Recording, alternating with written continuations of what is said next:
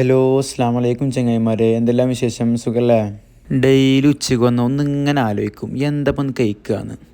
അപ്പം ഒന്നും നോക്കിയില്ല, നല്ല ബിരിയാണി ആക്കി. നാട്ടിലാകുമ്പോൾ ബിരിയാണി എന്ന് പറഞ്ഞാൽ എനിക്ക് ജീവനായിരുന്നു. ഇപ്പം ഇത് കണ്ടിട്ടാണെന്നറിയില്ല, ആ വൈബൊക്കെ പോയിക്കണ് ഇപ്പോൾ. അപ്പോൾ അതൊക്കെ കഴിച്ച് കഴിഞ്ഞപ്പോൾ സ്നാക്സ് ആയിട്ടുണ്ട്.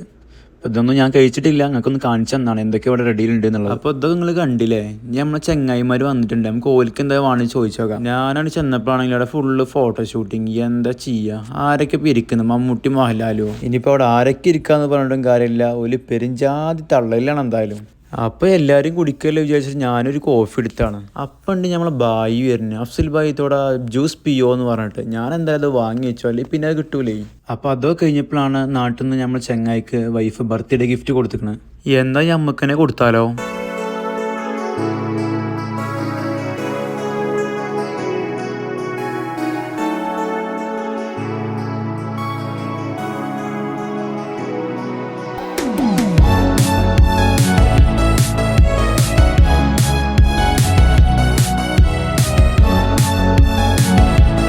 അപ്പോൾ ഗിഫ്റ്റും സർപ്രൈസും ഒക്കെ ആർക്ക് കിട്ടിയാലും കുഴപ്പമില്ല, അതും വെച്ചൊരു 4 ഫോട്ടോ എടുത്താലേ നമ്മളെ ഭായിമാർക്ക് സമാധാനമാവുള്ളൂ. അപ്പോൾ ആ തിരക്കൊക്കെ കഴിഞ്ഞപ്പോഴാണ് നമ്മുടെ അൽജോഫ് സക്കാക്കയിലെ രാജാക്കന്മാർ ഭക്ഷണം കഴിക്കാൻ വരുന്നത്. ഇതിൽ കുറേ പേര് ഡയറ്റിംഗ് ആണ്, അതുകൊണ്ട് വല്ലാതെ ആരൊന്നും കഴിച്ചിട്ടില്ല.